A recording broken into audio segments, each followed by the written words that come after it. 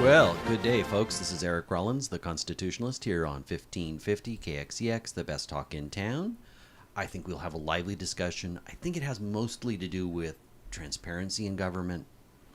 There's a right and a wrong way to do things. And in Madera County, there's some things that maybe are a little questionable. Government needs to act for us, but it needs to be responsible and it needs to be transparent. And I think there were some failures here. So I'm going to introduce my guests. We're mostly dealing with a local tax measure. Think of, even if you're not in Madera County, a local tax measure, it happens all the time. How it happens and what games get played depend on what local government you have. So I am joined by Dan Metz and Mark Reed, both residents of Madera County, both very concerned citizens that are active. Welcome, gentlemen. Thank you. Thank you, Eric. It's a pleasure to be with you once again. It's been a little while. But, It has. It's always fun to be on your show. First things I want to bring about is we're going to be talking about Measure T, and let me explain Measure T just a little bit. It is a 0.5% sales tax that goes to road infrastructure. It is allocated out between 3 different jurisdictions that deal with the unincorporated area of Madera County, the city of Madera, and Chowchilla area, along with the admin of MCTC, which is the Madera County Transportation Commission. Let's get right off the bat. Dan Metz, myself, and Sierra citizens are not against the tax. We need the money in Madera County. We understand that fully. What we're discussing, and we'll get into in depth, is the management of that money and how the projects are chosen. Do we truly have, citizens' input? Do we truly have a blanket equal share of the money throughout the county dealing with the roads on the outskirts of the city areas? Is it dealing with primarily the developers in the area? And how this particular citizens initiative came about. And I just have to look at everybody right in the eye and ask them one real simple question. Are you happy with the roads in Madera County? This could apply anywhere. This can apply anywhere. But if you're happy with the roads in Madera County, by all means, vote yes for Measure T, the extension of. If you're not happy with the roads in Madera County and any of the 5 districts, you vote no, because Measure T does not sunset until March of 2027. So Madera County government, the County Board of Supervisors, can put it back on the ballot either in 2026 or in a special election and get this thing done right.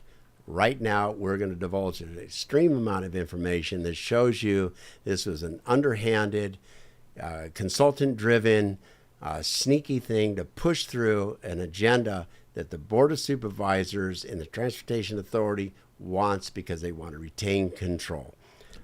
That's my opening spiel on what we're going to be discussing here. Dan, do you have anything to add to that? No, you've done a great job. I think that summarizes everything quite well. Okay. I have a question about Measure T. Does the money go into a general fund, or is it earmarked specifically for the roads? Measure T, the way the allocation is done is by population. So approximately, correct me if I'm wrong, Dan, about 48% goes to the city of Madera. About 6% goes to the county, the unincorporated area of the county, and about 6 to 8% goes to Chowchilla. Then it's put into different buckets. I sat on the steering committee, which created the expenditure plan, where 80% of the money goes to local roads.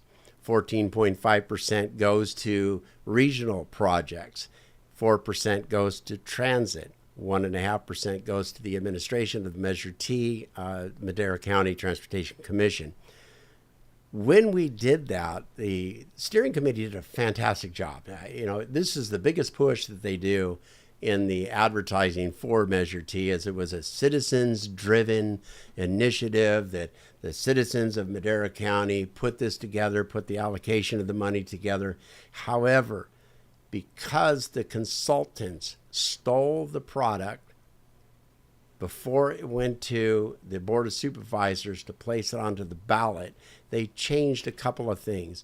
one of the biggest pet peeves that I have is in the local roads, it has a change of one word, and that is it had in there before is the agency could, at their discretion, shift money from local roads to regional roads, regional projects, at their discretion.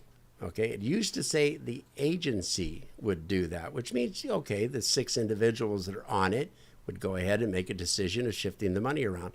But being put into the how would you say, control of the jurisdiction, that's kind of one person, and that's the head of the Public Works Department in Madera County and in the city of Madera and also in the city of Chowchilla. So it gives an extreme amount of power. So although we advocated quite heavily, and they've acknowledged that I did that, is I advocated for the 80% to go to local roads because we need it in our local roads for repairs and projects and evacuation routes and so forth. But that one little change gave an immense amount of power. It's kind of like, giving your credit card to somebody else. Well, I'm glad to hear it's earmarked. Frequently with measures, they're not earmarked, and instead they go into the general fund. And the only guarantee you have that they'll go to what you voted, Clovis is currently going through this, is the people in power. So, for instance, our city council put a raise in the interest in the tax rate, a 1% raise, but it goes to the general fund. Right. But they're marketing it as for police and fire. I believe the current city council will do that. But what about the next city council? And you've got now a tax forever. Is this tax sunsetted? It is sunsetted. It sunsets in 20 years. Okay, I'm okay with that because at least it will become before the people again and they can reevaluate what they want.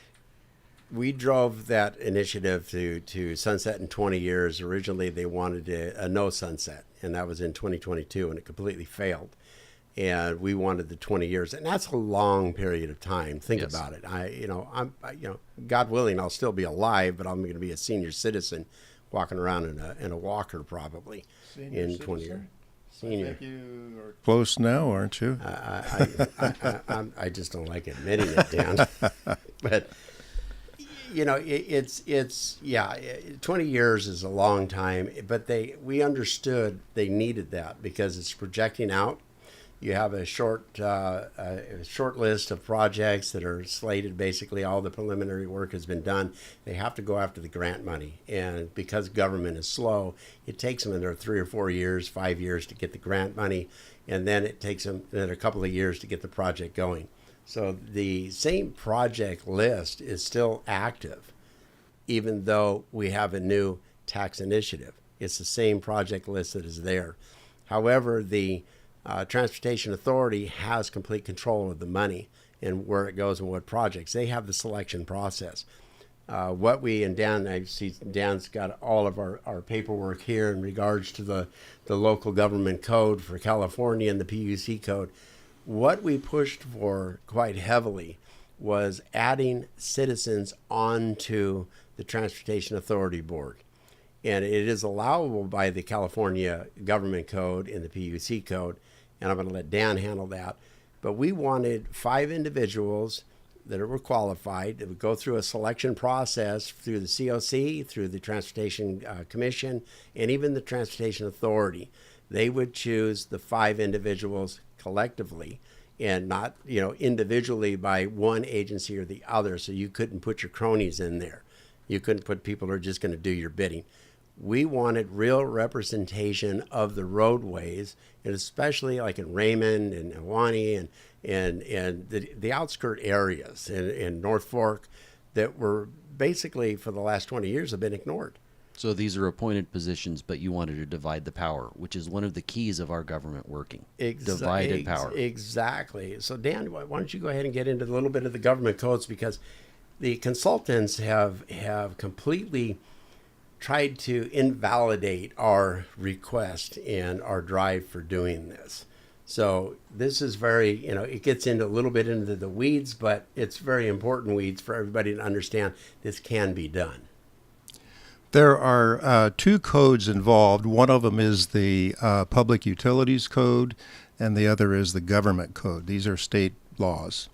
And in the Public Utilities Code, it specifies three different options for establishing the Transportation Authority. And one of them is that the county may designate a transportation planning agency as the particular authority. And then you go to that particular government code and you chase that down. It leads to Government Code 29535, which allows the Board of Supervisors to appoint 3 members. There is no provision in there or requirement that those members be elected officials.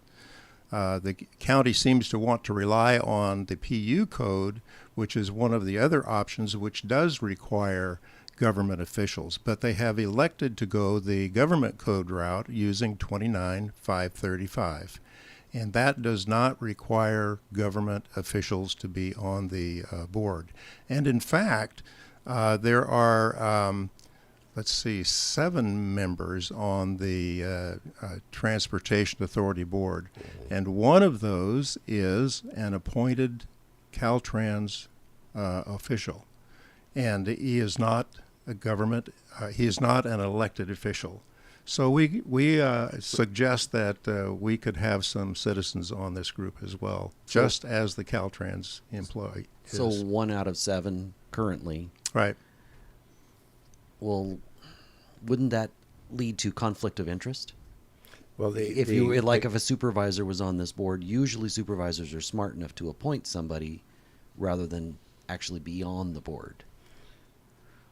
Well, in 1972, they passed a resolution that the County Board of Supervisors passed a resolution that said these members would be Board of Supervisors representatives, and they have stuck to that.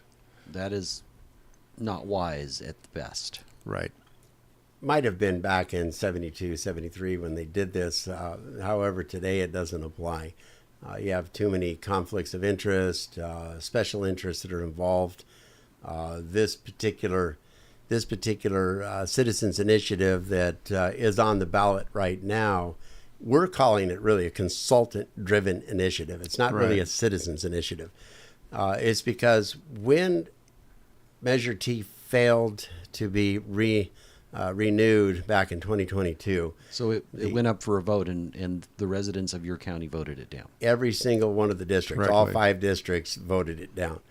And so they hired a consultant to find out why didn't it pass. And based on that information, they put out an RFP to get another consultant to be able to drive the education and outreach for a new renewal in 2024. Now, this is where it gets really dicey, and I'm not going to use names because I don't want to get into a lawsuit here. And that is that the Transportation Authority went ahead and requested an ad hoc committee to be established to interview one of the consultants that was 6th down on the list, not number 2 or number 3, but 6th down on the list for their local knowledge of the area, even though this was a Fresno, consultant. The issue is one of the supervisors, well, all 3 knew of this, but none of them divulged it, and this is where the major conflict of interest gets involved. So 3 of them were on this board. 3 of them were on, supervisors. Three were on supervisors are on the board, knowing that the one supervisor who was pushing for this, this individual, this consultant, was his campaign manager and his political advisor and current political advisor. This was not divulged. This was a conflict. He should not have been in that room requesting this individual to be interviewed. So he should have the right thing would be to recuse himself. Recuse himself from the process, but maybe even leave the room. I've been at government meetings where they say, look, there's a conflict of interest. If they're really worried about it, that elected official gets up and leaves until that issue's over. That's correct. Well, the interesting thing is this particular supervisor was an alternate for the permanent member that was on the Transportation Authority. And the only meetings that this supervisor that had this political advisor and campaign manager, the only meetings he was involved in was the meetings to push this individual to become a sub-consultant to this process. And they discussed it in the meeting that the only qualifications they were interested in was this individual's ability to campaign. Not outreach, not education process, but just to campaign. So when we got done with the process, this consultant, sub-consultant, took the material, the only one piece, and that was the expenditure plan. The Citizen Steering Committee did not write the language for the ballot. We did not write the ordinance. All we dealt with was the expenditure plan. And we came up with a great expenditure plan until staff and the consultants left out the 30-day public review and also changed that one word, giving the authority over to one individual to be able to shift money from the local roads to the regional projects. So this campaign consultant, political advisor, he went ahead and established a new PAC called Moving Madera Forward. Went to some more of his friends in Riverstone area, 5 people living within a couple of blocks of each other, and started the Citizens Initiative. So this is not a grassroots citizens initiative. This is a consultant-driven initiative. And I hate sounding like the typical Republican of conspiracy theories, but if you take all the information and data that have put together and what's there, this was a orchestrated event. This was not something that just generated out of the ether and came about. This is something that was pre-planned, because as soon as they got that information, as soon as they established the PAC and the Citizens Initiative, $85,000 was put into a LLC that was established in Las Vegas. It has a managing partner out of Wyoming, Cheyenne, Wyoming, and they collected 5,800 signatures in 7 days. And it's not because... Well, they had to have paid people to do that. Oh, no, that $85,000 went into that. Okay. And we don't even know where that money came from. That is well orchestrated. This is a planned out event. This is not something that just comes about in a week or 2 weeks. This is something that they knew of, had all the mechanisms in place prior to it happening. And this is why this citizens initiative or consultant-driven initiative needs to be voted down, needs to be given back to the county of Madera and say, do it right. Just flat out do it right. Dan, you want to talk about the management aspect or the third leg? Because we turned it into a 3-legged stool analogy, and the expenditure plan was one leg, but then you have the COC, the Citizens Oversight Committee, and then the management aspect. So why don't you address one or two of those? I will, but I'd first like to comment on the term PAC. That stands for Political Action Committee, which is a organization that is established to collect funds to promote particular resolutions or measures and things of that nature, or candidates. And this PAC, Political Action Committee, is called Moving Madera Forward, and they have collected something like $250,000 or something similar to that. Not one of those donors, I think there's 12 to 15 donors, not one of those is a citizen. They are all businesses, contractors, developers. All but 2 are located outside of Madera County. And the point is, if they claim it is a citizens-driven initiative, then where's the funding from citizens? It's all from developers and contractors. So that's something to keep in mind as we move forward in this whole conversation. Well, that's a huge red flag. If people from out of area, what interest, why would they... What are they getting out of it? Yeah, what are they getting out of it? What are they getting? Exactly. And so, you need to be aware of that. We're going to go ahead and go to our first break.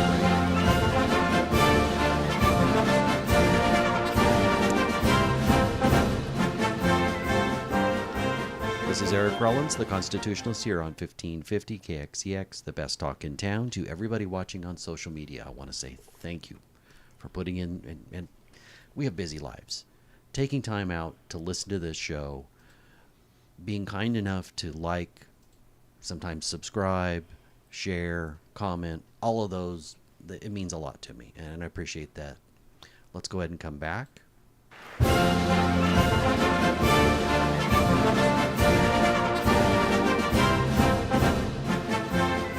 This is Eric Rollins, the Constitutionalist, here on 1550 KXEX, the best talk in town. I am joined by Mark Reed and Dan Metz, and we're talking about a local tax measure right in Central California. But I think this idea that there should be transparency in government and that we should be paying attention, because a lot of games can be played, that applies to everywhere. That this is a lesson for the whole country, that we need to be involved. So Dan, you were talking a little bit about something that I thought was a red flag. You have anything else to say along those lines? Not really. I think the point is that there are no citizens involved in the funding of this operation. It's completely developers, contractors, business owners, and all of them except two are from outside of the county. And one of those two is from a supervisor's campaign. Mm-hmm. Wow. So it's red flags everywhere. Yeah, red flags everywhere, absolutely. Mark did ask about the third leg of the stool, and that's the management of the Measure T funds. There is a problem with the balance of power in the organization of that committee, of the Transportation Board. There are 6 voting members. 3 are from the county supervisors, 2 from City Council at Madera, and 1 from Chowchilla City Council. So they're all appointed members. They're all appointed. Self-appointed. Well, Yeah. self-appointed. Self-appointed. Yeah, they're self-appointed. That's important. It's not another body appointing them. The Board of Supervisors appoint themselves. So they have 3, and then Madera County City of Madera Council City Council has 2 of their own members. and Chowchilla has 1 City Council member. Wow. Yes. And regarding the communities that they represent, the Madera City representatives, of course, they represent the city, and the Chowchilla City representative, Chip, represents, of course, the Chowchilla community. Of the 3 Board of Supervisors, 2 cover the same general area as the Madera City, and the other one covers west of Highway 99, the rural area. In the area east of the Highway 99, roughly, there are no representatives, 0. Well, None. so Eastern Madera County once again is left out. That's correct. That's right. This is also a lesson about this type of thing happens depending on where the power base is and what deals have been brokered. Mm-hmm. And politicians should be trying to represent their entire area. Mm-hmm. Even when one of the supervisors was from Eastern Madera County, you watched a lot of money being shifted from the projects that were supposed to happen in Eastern Madera County down to the valley as well. One of which, I've kind of gotten in a little bit of a social media tough with one of the supervisors, and won't use his name. He got upset because I was showing him actual evidence, the expenditure plan where I was getting the comments from. He blocked me. He actually blocked me. He didn't want to hear from me anymore. So another constituent was, brought up the fact that $18 million was spent on a bridge on Road 200 that was structurally sound. It wasn't deficient. We have 27 bridges in Madera County, 19 of them in Eastern Madera County that are structurally deficient. So he requests, where's your proof? Where's your proof? Show me the document that this bridge was structurally sound. He produces a document from RBI, I think it's RBI or RMI. Something like that, Close to that acronym. That it shows bridge 410002, and the bridge that actually was replaced was 410001. So he's putting out false documentation to show that bridge was structurally deficient. But when you actually go through, and the average constituent doesn't know this, it takes somebody like the 2 of us to dig through all the data and find the real information and put it out there. This is the deception that they're involved in putting this measure through right now. They are not coming straight forward with us. One of the things I'd like to point out in regard to the management of the funds is there's this evaluation of road conditions. It's called Pavement Condition Index, and it is a standard used throughout California. In the Madera County roads on that standard are lowest in the state among the 58 counties. Yep. So we don't even have standard roads.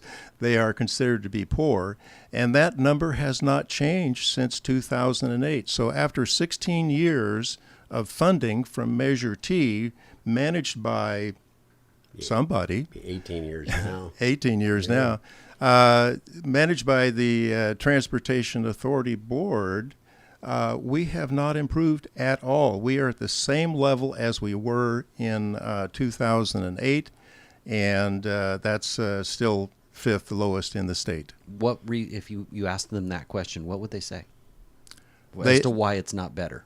They divert and they say, well, that's why we need the money, is because we're low, so we need the funding to improve that. And we turn around and ask, well, where's the proof of what you've done over the last 16 years? And there is no proof.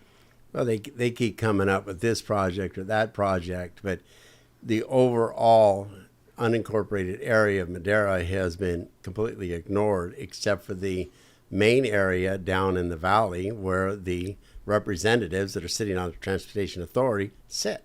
And where the majority of the population is. Yeah, well, the PCI index is the highest in those areas. And just out of a coincidence, it's where all the development is happening.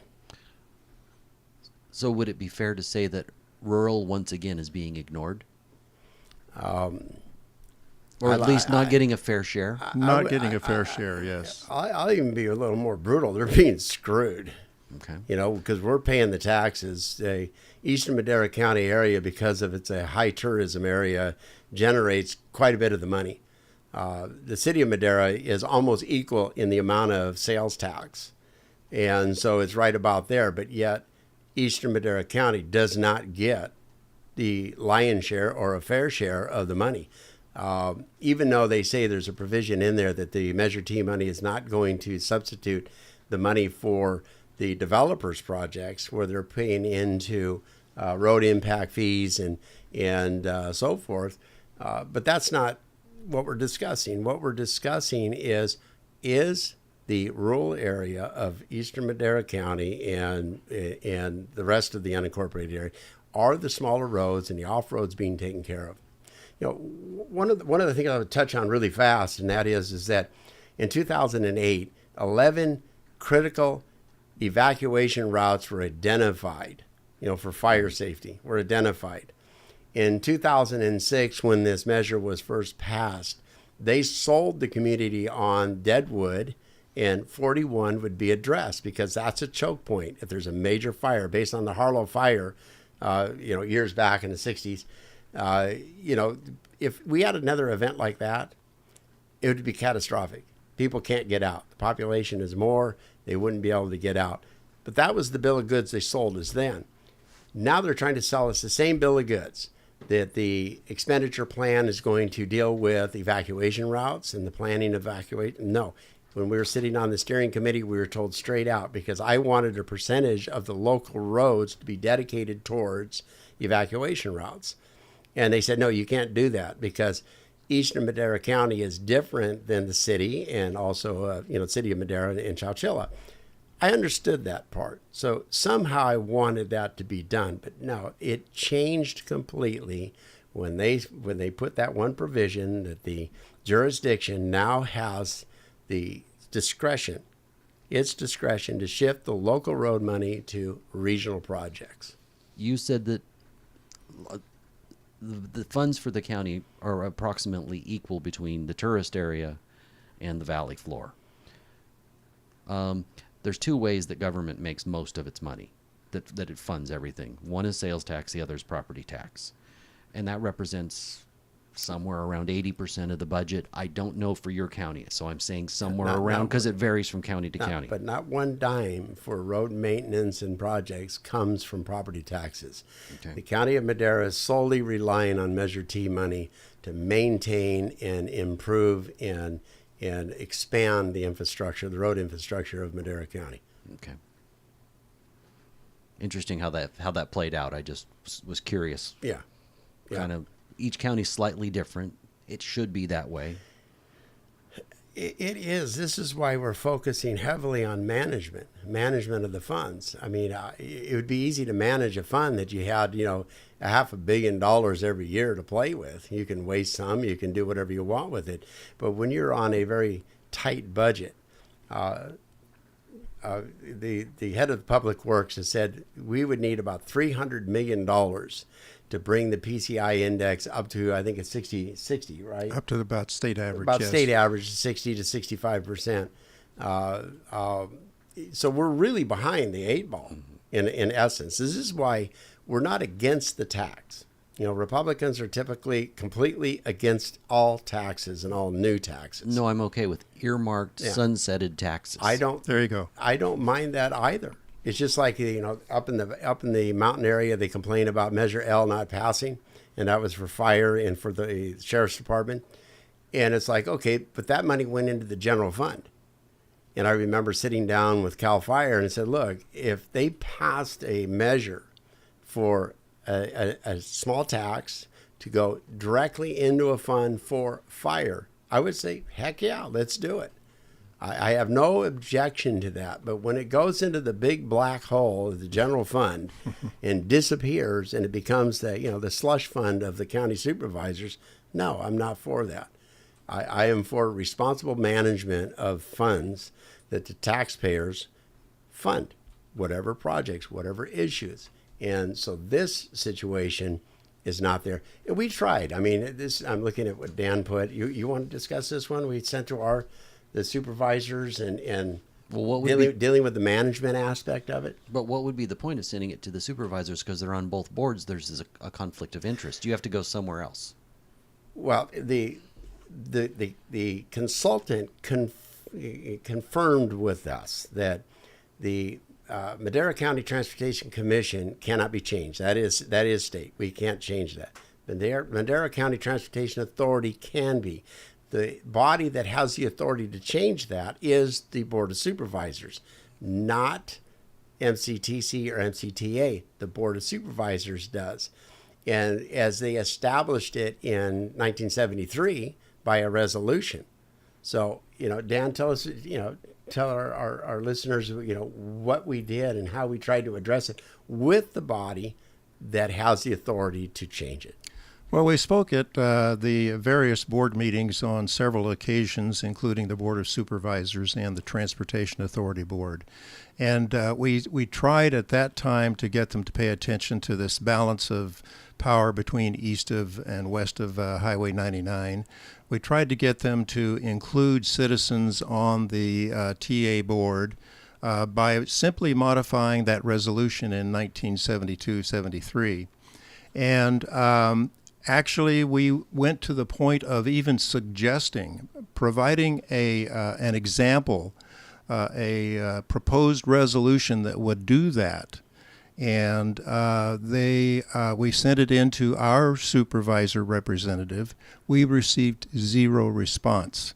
We sent it in to the full board of supervisors, and we received zero response. All they do is throw up their hands and say, oh, they can't do that. They hide behind the Public Utilities Code, when actually the government code is the one that applies, because that's what they said in 1972-73. Exactly. So, we've done our part in trying to get them to listen to us and to make some changes, including the fact that there's already one additional representative on the board, the Caltrans representative that we mentioned earlier.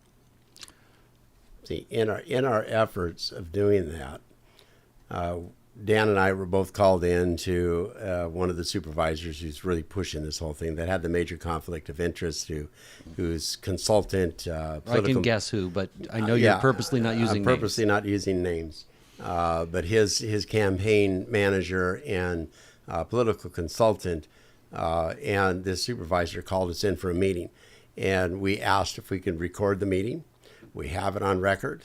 They all voiced their names and said yes, they approved it. They acknowledged in that meeting that there are major representation flaws involved in it. However, they stuck to the rhetoric that the Transportation Authority lawyer has said, and it addresses, and if you go onto their website, it addresses only the Madera County Transportation Commission, not the authority.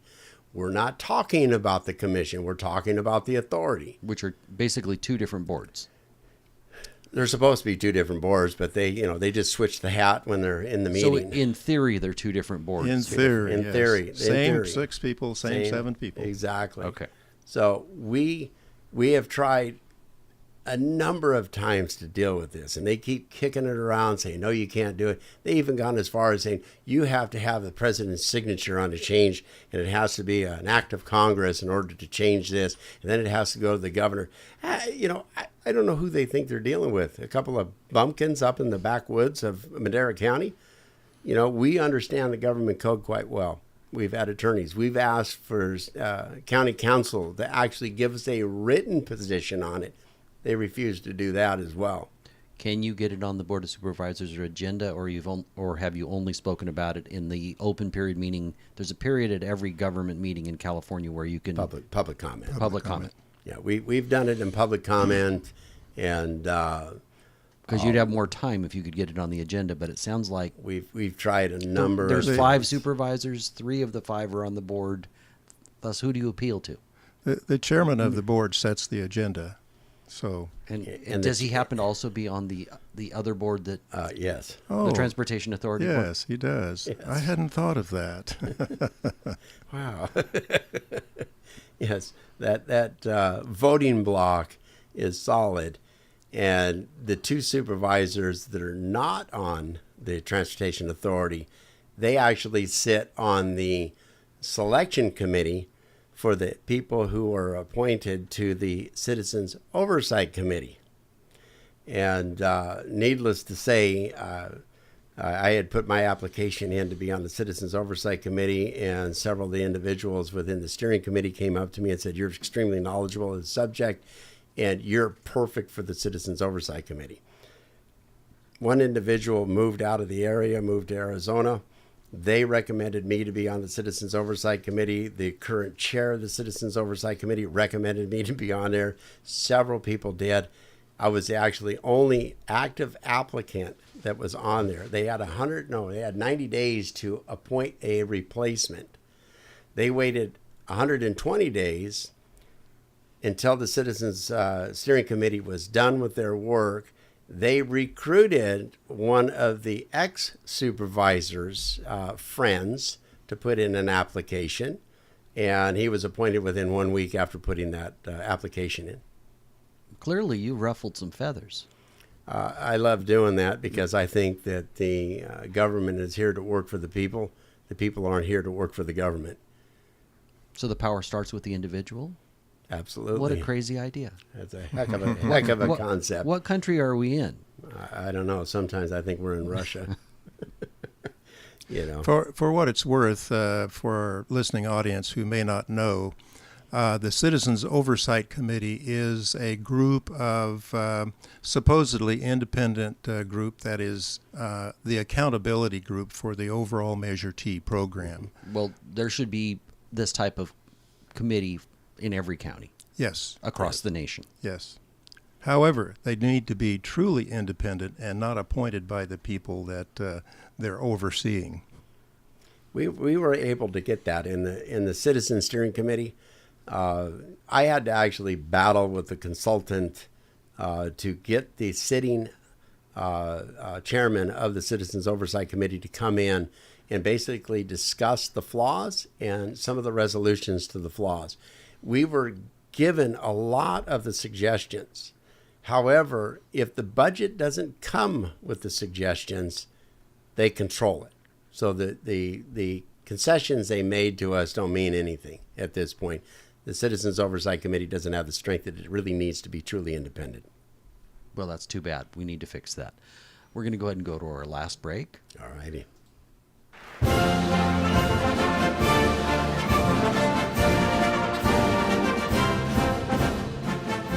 This is Eric Rollins, the Constitutionalist, here on 1550 KXEX, the best talk in town. This is for you, gentlemen. I always try to focus on hope and solutions. In the last, we're going to be about 9.5 minutes. So what can we do to fix this? How do we go about it? You've identified the problem. Let's go ahead and come back.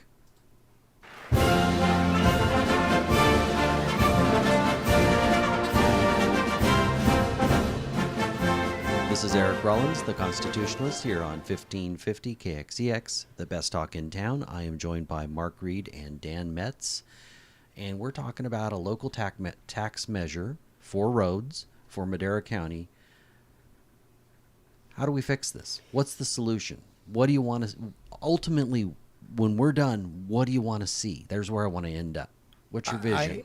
I hope that the residents of eastern Madera County and Madera County unincorporated area, including the two cities, understand that this citizens initiative is a consultant-driven initiative established by big money, big special interest, from out of the area to do one thing, and that is to override Prop 13's protection of raising taxes, and that is all new taxes or raising of taxes, even the renewal of an existing tax, has to have a 2/3 vote.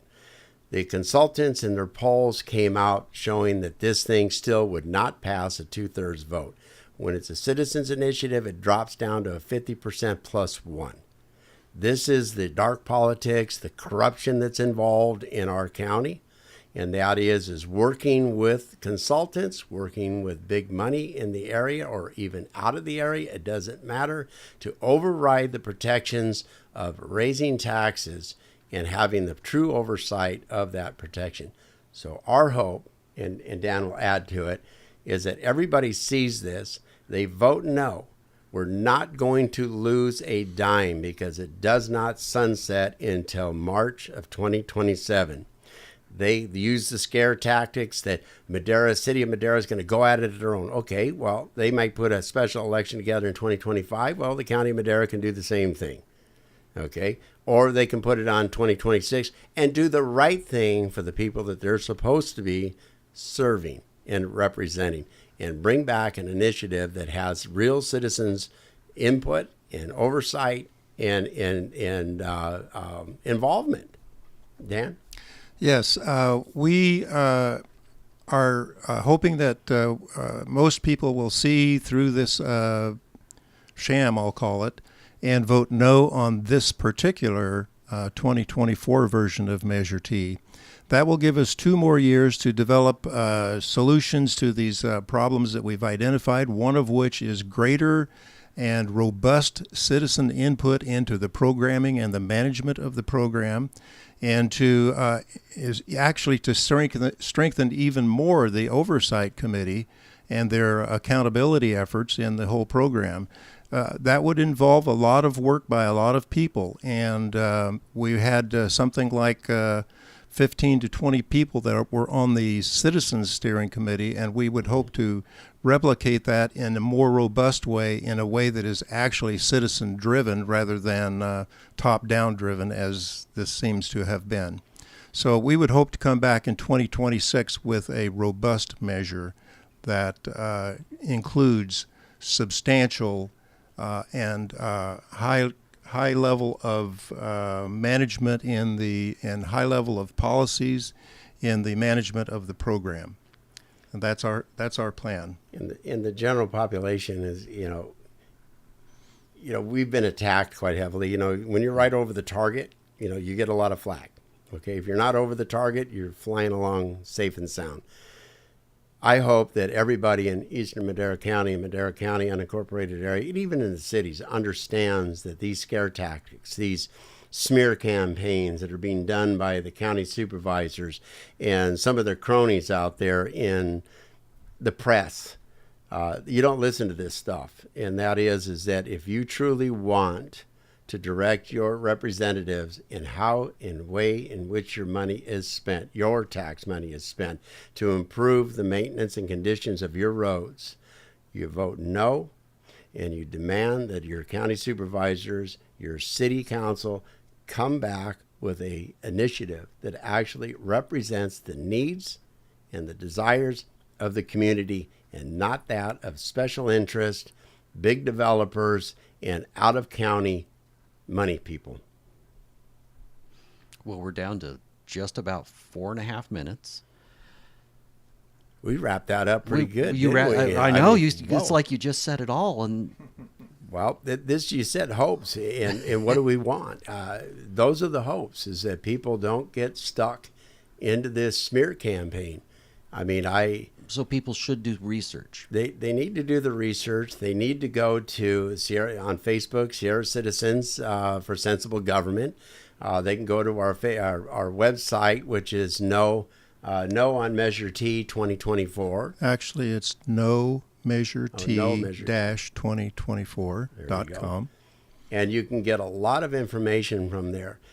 We are a real citizens movement versus we don't have a lot of money. We don't have any money to do this. We're doing this because it's the right thing to do versus the special interest of $250,000, okay, of massive amounts of text messages, phone calls. They're going to have billboards. They're going to have radio, advertisings, everything they can, because they're going to inundate the community with, we need the money. It's for safe roads. It's for this. How many times have you seen initiatives come down from the state? Safe neighborhoods, gas tax to fix our roadways, and we don't see it anywhere. With a fear tactic always attached. With a fear tactic. It's a fear tactic involved every single time, but it's always promises of the yellow brick road is going to lead you to this beautiful utopia. And in the end, you end up with hell. This is a 20-year measure. If we don't get it right this time, you're going to be stuck with it again for 20 years. And think about it. In 20 years that they've had this measure, we're ranked 5th worst roads in the state of California. They've had 20 years to deal with. There's 18 years. So 53 counties are better than you, to put it in perspective. 53 counties are better than our county. And we're not the richest county. And they keep comparing us to San Diego County, saying that San Diego County has more miles than we have. Actually, they say they have less miles, and we have more miles, and we have to maintain true. it. And it's not true. This is another fear tactic. But it's also a garbage tactic. I talked to the supervisor about that, and I said, well, look at the economy of San Diego. Mm-hmm.